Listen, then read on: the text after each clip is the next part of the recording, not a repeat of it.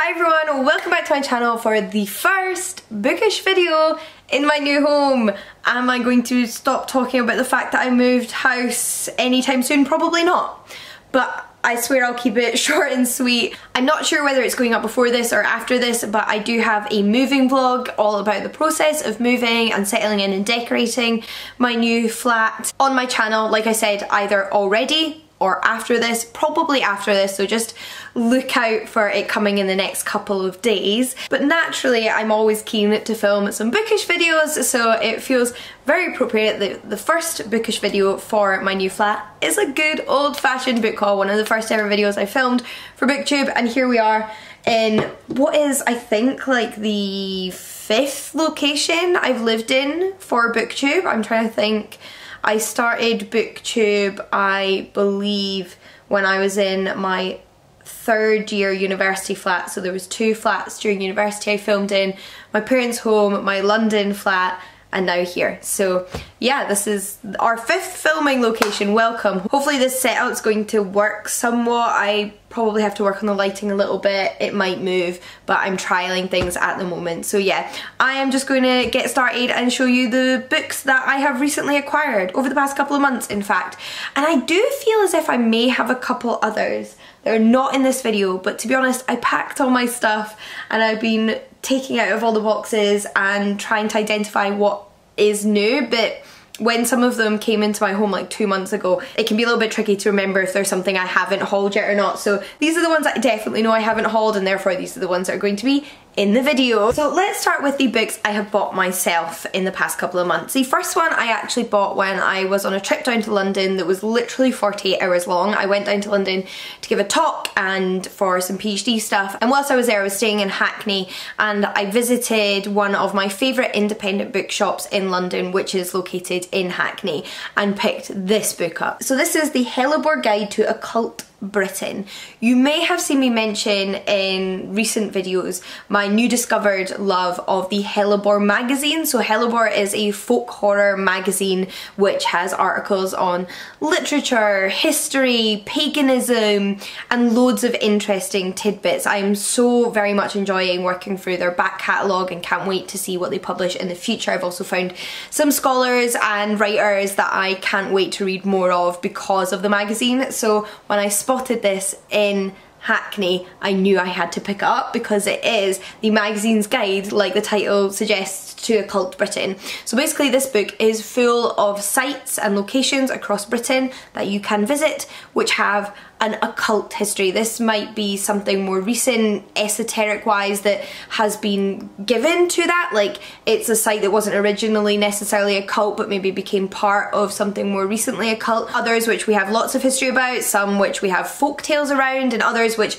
are ancient and intriguing but really we don't know much about, like Stonehenge. So this is such a cool book. I've already had a flick through, particularly in the Scotland section because those are the ones that are the most easily accessible to me, but I cannot wait to tour some more of these locations. It has definitely highlighted some that I hadn't heard of before, even a couple in Scotland. I mean, there's tons in this book I hadn't heard of in like Wales and England, but in terms of Scotland there was even a couple I didn't know, so that was super duper cool. But it's broken down into sections, so for example this is the northeast of England and it'll then have a map with all the locations dotted on it and then a little breakdown of all of those locations and their history and the folklore surrounding them. So yeah, this is just both interesting in terms of facts that you can read about and learn about for British occult history, but also as a bit of an interesting travel guide. So I'm really excited to pore over this a little bit more and use it in years to come. So yeah, this is very, very cool. Really pleased that I found that. I did pick up one other book when I was in London though, naturally, because I had to visit Forbidden Planet. I actually went there to buy a Valentine's Day gift for Chris and came out with a book for myself. So this is Network Effect by Martha Wells. This is the novel in the Murderbot series. So Murderbot was originally a novella series published by Tor, and I've read all 4 novellas, and then the 5th book in the series is actually a complete novel. So I don't think you can read this without having read the novellas, but it is the longest part of the series, and I am so excited because I haven't read this one yet, and the hardback had £6 off in Forbidden Planet, so naturally I can't pass up on a bargain, especially when it's a series that's one of my absolute faves. The first book is All Systems Red, for those of you who are interested in checking out, and it's about a sort of cyborg android creature, non-human but partially organic constructed being who serves as a sort of bodyguard on ships. They are like for hire, but because they've hacked their own system, they're actually independent and are trying to keep this piece of information a secret so that they're not taken apart for parts. We then have a book I found in a second-hand shop, and this is One of Us Is Next. I think I paid £1 for this, and it's the sequel to One of Us Is Lying by Karen M. McManus. So Karen M. McManus is possibly Karen M. McManus is one of my favourite thriller writers, particularly of young adult thrillers. I find her books very pacey, you get very absorbed in them, they're very fast, escapist reads, which I really, really enjoy. And One of Us Is Lying was a really interesting mystery, of which I didn't love the ending, but overall really enjoyed the book. And like I said, this is book 2 in that series, so I guess it's something else dark and mysterious that happens at the same high school in the same town. I don't know what. I think the original characters come back in this, so it will be interesting to see how that goes, because thriller sequels are an interesting concept. Because I think thriller sequels in particular are quite an interesting concept, because you really have to be quite careful with them in terms of making a new and interesting mystery but without it seeming really forced. I trust Karen M. McManus to achieve that, however, and I can't wait to read this. Then 2 romance books I picked up separately. This one I actually think I picked up back in December, if not earlier, but I'd misplaced it. I'd left it somewhere in my partner's house and only found it when I was moving and picked up some of the stuff that I'd left there that I wanted to keep in my new flat. So basically what I'm saying is I bought this book a few months ago, not recently, but I'm really pleased that I've rediscovered it, and that is Destination Wedding by Diksha Basu, and this is, like I said, a romance novel. I was very much in a romance binge reading moment when I picked this up, particularly of contemporary romances, and I'm definitely still up for those, so can't wait to give this one a shot. Because it was a while ago I bought it, I can't quite remember the synopsis, so I'm just going to read it to you. It says, Tina wants to feel Indian, really Indian, not Indian in the sense of going to yoga in Brooklyn. She wants to know the real India. Only whenever she visits, people take her to bars and restaurants and boutiques that could be anywhere in the world. So she jumps at the chance to get to know the country when she heads to Delhi for her glamorous cousin Shafali's week-long wedding. Navigating a world of Delhi playboys, models, dating agencies for widows, and wedding guests with personal bodyguards, Tina is determined to have an authentic Indian experience. Now if only someone would tell her what that was. This definitely sounds like a bit of a contemporary comedy, which I love the sound of and cannot wait to check out. Then I have one that I expect to be on the particularly smutty side of romance, because it is a Tessa Bailey book and I've read her books before and can say for sure they are smutty. Tessa Bailey is actually, I think, the first contemporary romance author who writes kind of hot and steamy romances I ever read and really enjoyed, so naturally I was excited when she had a new book come out, which is It Happened One Summer.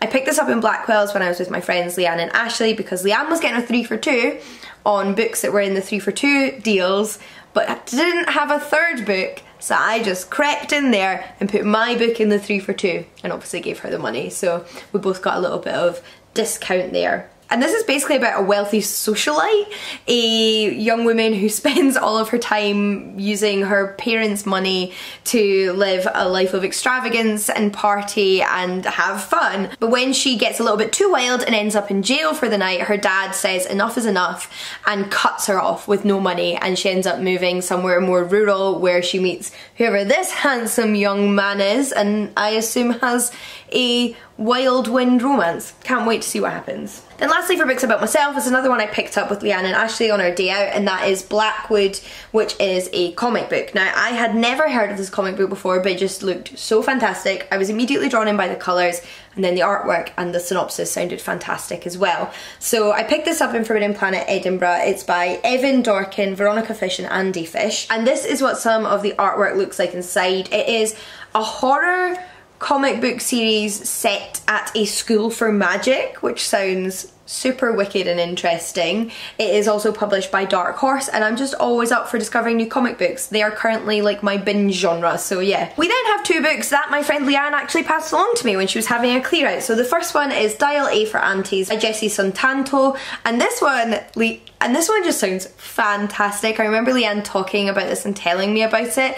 It's about a young woman who, I think accidentally or on purpose, murders one of her dates and doesn't know what to do, so she calls her aunties looking for help, which just, like, I love those kind of concepts, so can't wait to read this. And then we have a more straightforward rom-com, which is The Dating Plan by Sarah Dessy, and this is your classic fake dating plot, but with the ante upped because it's actually a fake engagement slash wedding. And like always, both parties have something to gain. Our female protagonist wants her family off her back because she wants to focus on work, not romance, and our male protagonist can only inherit his inheritance if he is married. So, you know, perfect combo, and I'm sure they fall in love. Then we have a book that is a lovely gift from my partner, which came out of nowhere and I was very, very grateful for, which is Cain's Jawbone by Who Knows, because I think this is written under a pseudonym. It is by Torquemada and it was published by Unbound, but I'm not sure if this was a present or a punishment, to be perfectly honest, because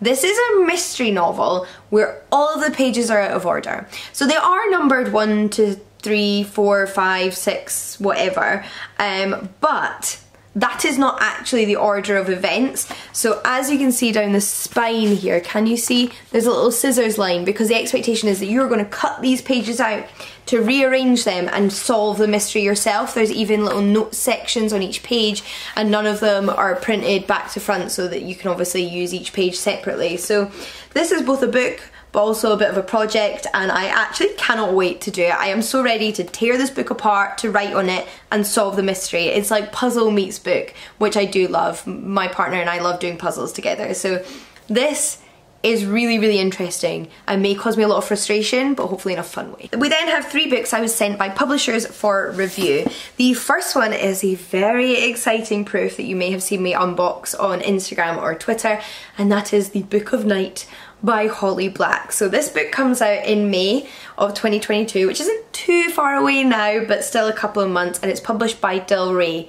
But what is so special about this book is the fact that it is Holly Black's first ever adult novel. So Holly Black is probably best known for the Cruel Prince series, but she's written a ton of YA and children's series, which are fantastic. I'm a big fan of her writing and her books. So the fact that she is now making her first steps into the adult category of literature is so exciting to me, and I have really, really high hopes for this book. It's definitely one of my most anticipated releases, and I'm very, very honoured to have an early copy. But the proof itself doesn't give much away. There's simply this quote on the back which reads, "Once upon a time a boy was born with a hungry shadow." I was then sent 2 books by Book Break, which is the Pan Macmillan YouTube channel, and I will link them down below. The first one of which is a new book in the Pan Macmillan Collectors Library series, or sorry, the Macmillan Collectors Library series, and that is Narrative of the Life of Frederick Douglass, an American Slave by Frederick Douglass. So this is a little non-fiction book by Frederick Douglass, who was enslaved, and his story and his history and also his activism. And I've actually heard a lot about Frederick Douglass through other books, like he crops up a lot in non-fiction books I read, but I've never read his own account of his life, so I'm very, very excited about that. And then we have a fantasy novel, which is A Marvellous Light by Freya Marsk, and I believe this one is queer, so extra plus point already. The blurb reads, young Baronet Robin Blythe was already in a spot of bother. He's struggling to be a decent older brother and a responsible employer, and to rescue the estate ravaged by his late parents' excess. Then an administrative mistake appoints him parliamentary liaison to a secret society, and he discovers magic lies beneath the reality he's always known. Soon Robin must contend with magic's dangers as well as its beauties, for as he tries to find his missing predecessor, he attracts a deadly curse. To navigate these hazards, he'll need the help of Edwin Courcy, his prickly magical society counterpart. But his aloof associate clearly wishes Robin were anyone and anywhere else. Drawn together by unexpected perils, Robin and Edwin will discover a mystery as old as the power that binds the land, a plot that threatens every magician in the British Isles, and a secret that some have already died to keep.